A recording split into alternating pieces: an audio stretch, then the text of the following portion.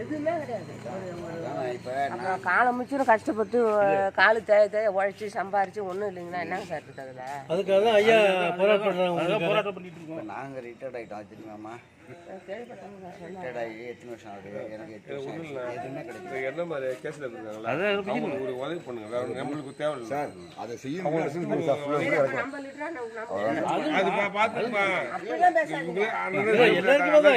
தான் தேவை. எல்லாரும் செய்வாங்க. ஐயா பாருங்க, ஐயா பார்த்தா வேலை எல்லாமே முடிக்கணும். சரி, அவன் மிச்சம் கேட்கக்கூடாது. ஒண்ணுமே இல்லாத உட்காந்துருக்காங்களே, இதுக்கு என்னங்க செய்யுது? காலம் முச்சும் சம்பாதிச்சு 40 வருஷம் 50 வருஷம் ஓய்வில் வேலை பார்த்து ஒண்ணுமே இல்லை. பாதி பணத்தை கொடுத்தோம்னா நிறுத்தி வச்சிருக்காங்க. அதுக்கு தான் ஐயா ஏற்பாடு பண்றாங்க. ஏன்னா விட்டு போன பணத்தை வாங்கி கொடுத்து அவங்கள அதுக்குள்ள ஏற்பாடு பண்ணல. நாளைக்கு அவங்க பர்மனன்ட் பண்ணாதான்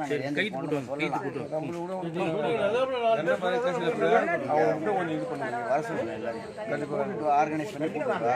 அங்கே வந்து அவங்கள பேச சொல்லி எங்களுக்கு பர்மனன்ட் பண்ணி கொடுங்கன்னு சொல்ல சொல்லுவேன். நாம பேச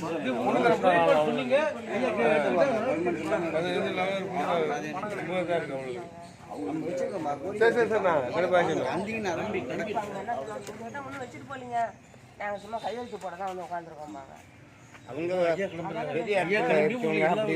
எல்லாமே செஞ்சிருவாங்க. ஒன்றும்